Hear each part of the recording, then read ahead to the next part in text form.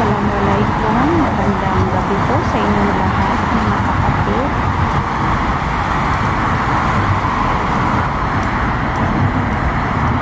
Naglalakad po kami kasi para po makakalabas po ako at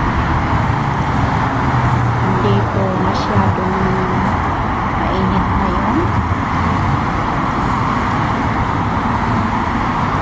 Maganda kasi pag nakalabas ka kasi para po maiwasan muna natin yung aircon.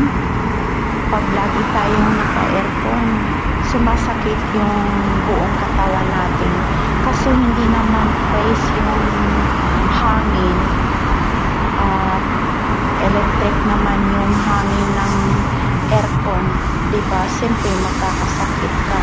Kailangan po ay pupunta po kami sa coffee shop kasi dadaanan namin yung coffee shop.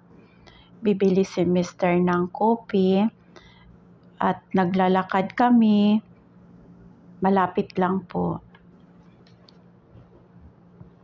Kailangan po naman ay lalabas naman po tayo mga kapatid para po hindi po maparalyze yung ating katawan.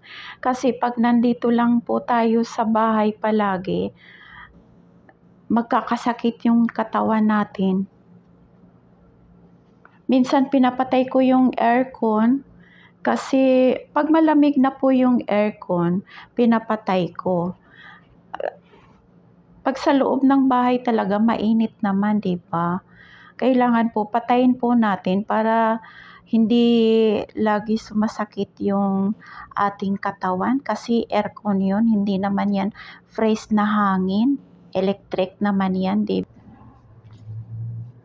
At ayan na, palakad-lakad po kami kasi malapit na po yung coffee shop.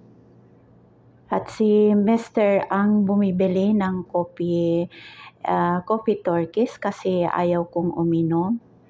At habang naglalakad kami, umiinom po siya at malapit lang po yung aming bahay dito.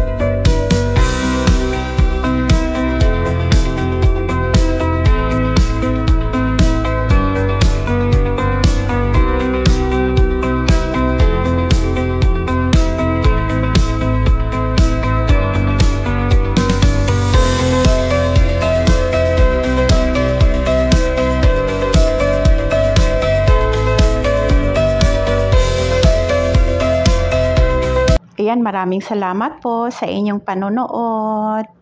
Ingat po kayo.